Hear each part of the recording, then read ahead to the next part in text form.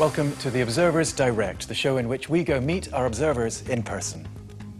This week, we go to Morocco, the port city of Tangiers. Legendary as a destination for foreign writers and spies, it has become a mecca for migrants from across Africa who are desperate to get to Europe. Tangiers is just 40 kilometers across the sea from Spain, but many of the migrants never manage to make that last hop. They end up getting stranded in and around the sprawling city. Our reporter Julien Pain went to meet our observer, Cedric. Even in the street, people, girls, women, they do this when we get on the bus. They did it to me in the cafe. Are people racist here? No, if people were racist, there wouldn't be any Africans living here.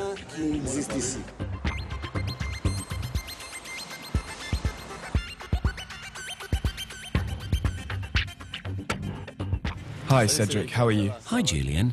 So, Spain is over there, across the sea? Yes, just over the other side.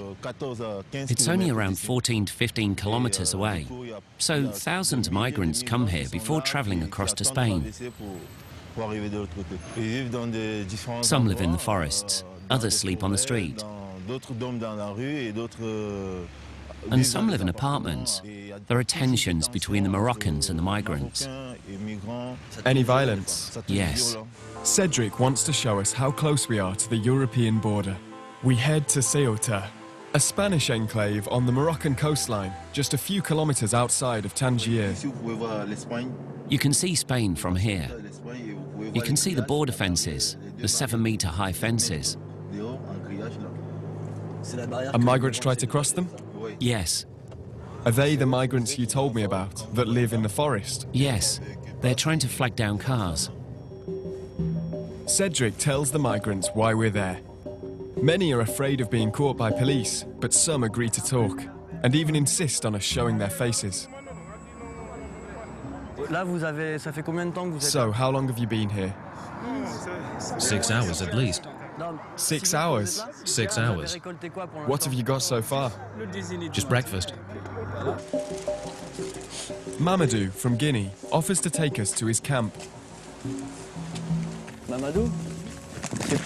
Where is it, Mamadou? The ghetto. Yes, the ghetto. We'll go to the kitchen area first. The ghettos are scattered out. We don't put them all together because if the police come, they'll destroy everything and we'll have nothing left. So, there are several small ghettos, several camps. Yes.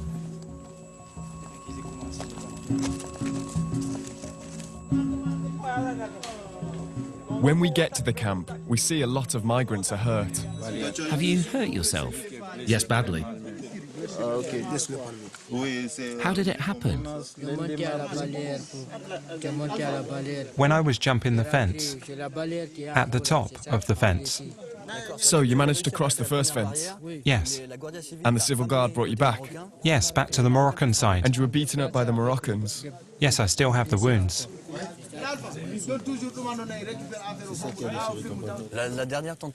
You tried again on Sunday, right? No, Wednesday. Yesterday? Yes, some of my friends who went out yesterday haven't come back yet. So people try every day? Yes, we keep on trying. Mamadou takes us to his tent a few meters away. 7 people sleep inside, in the damp cold. Come inside, come on in. Have the police been here? Yes, they were here 2 days ago. What did they do? They set fire? They destroyed the camp, tore down everything and then burnt it. They don't want us here, and we don't want to be here. We want to get to Europe. I've tried to cross the border about 14 times. 9 times over the fence and 5 times over the wall. But I haven't succeeded yet. You risk everything to get to Europe. What do you think it will be like there? I'll be treated like a human being, unlike here.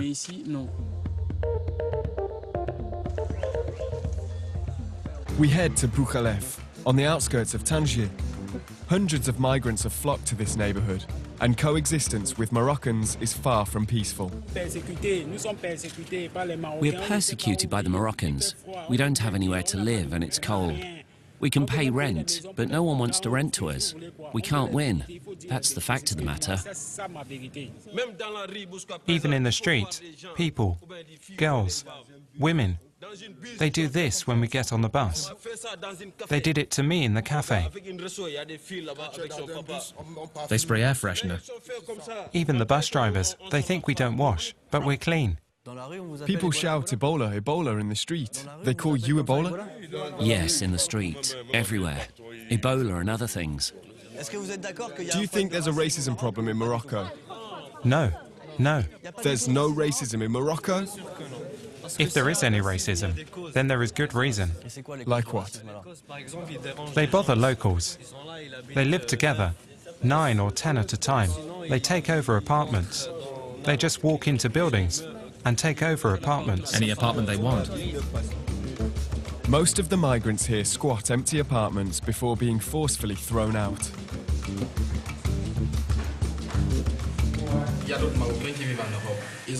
Some Moroccans are living in Europe, but have 6 or 7 apartments here. We asked if we can rent them, but the owners refuse. They would rather it remain empty than have us live in there. But we kept it clean. When the owner turned up, we admitted we broke in and expected him back one day. We asked him what he wanted to do, if we could pay rent, but he said no. He wanted his apartment back, so threw us out. So this is where we are now. How long have you been sleeping on the roof? 4 months. Because you were thrown out downstairs. Yes, the owner on the 4th floor let us have the apartment, but then we were thrown out by gangs. Gangs? Yes. Why? They came with knives, swords. We had no way of defending ourselves. It's very dangerous here as well. When violence breaks out on the street, they come up to the roofs, and when they see us, they say, "You, get out of here." Has anyone ever been thrown off the roof? Yes. Now we go to the ground floor when there are problems, because at least we can run away. A young Senegalese man was killed in clashes with Moroccans late August. This man witnessed it. He himself was badly hurt. He takes us to where it happened. You arrived at the mosque and the police were breaking up the fighting? Yes, the police were between the Moroccans and the Sub-Saharans, the black Africans. But when the police left, a lot more Moroccans came back. There were more of them than us. I saw it all. So the police just left? Yes, they left, even though the Moroccans had knives and machetes. This is where I was hurt, down here. A Moroccan dropped a 50-kilo bag of glass from the 4th story onto my head. I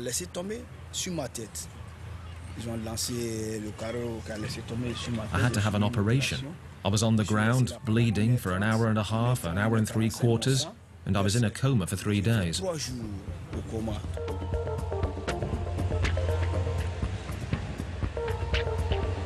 A man approaches us. He wants to take us to his apartment, which is being squatted by migrants who won't let him in. This is my apartment. There is someone inside, and they won't leave. It's your apartment? Yes, mine. And there is someone inside. Do you have the keys? Yes, but they have changed the locks 3 times. How long have they been there? 2 months. No need to go in. Is it your apartment? No, it's not mine. It's mine. Yes, the other day. The other day I came and asked you to leave, and you didn't. Open up so we can see what state my apartment is in.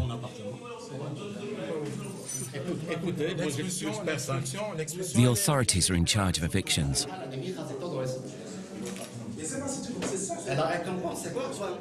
Man up and say to me, "Okay, I'll leave tomorrow. I'll let you have your apartment back." Give me 2 weeks so I can find somewhere else. I've already given you 2 weeks. Why did you choose this apartment? Why here?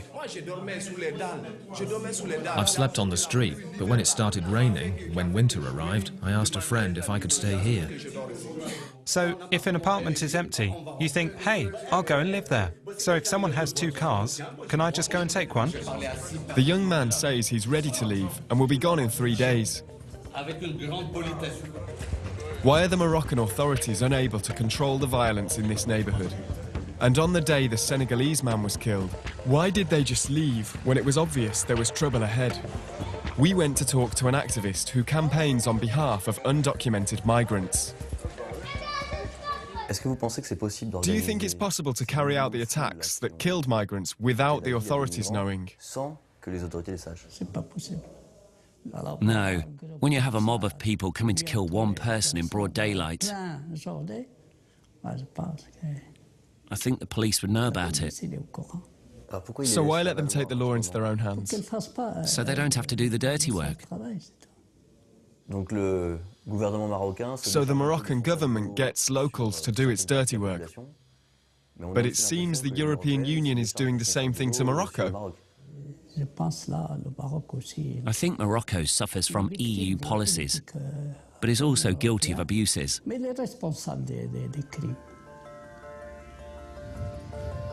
We returned to Bukalef 3 days later to see if the migrants vacated the property. So what happened? First of all, he tried to ask for some money.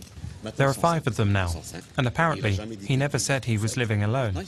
So there are 5 of them now, and they are asking for trouble. You have to pay them to leave? Yes, they are making money from my house.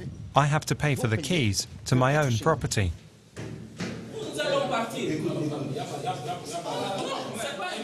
There is nothing to discuss. We have the right to an apartment. We are human beings just like you. You should be looking after us. We are just passing through. The police are to blame. They don't enforce the law. So what will happen? Will Moroccans come and force them out? Yes, but that's the police's job. But what will actually happen? They'll use force. Weary residents barricading themselves inside their own homes. Desperate migrants. Bukalef has become a dangerous and volatile place to live. And yet the authorities are strangely absent. They refuse to talk to us. Our observer will carry on helping these young people, who see themselves as adventurers on a journey to Europe. For many, however, their journey will end here, stuck in Tangier.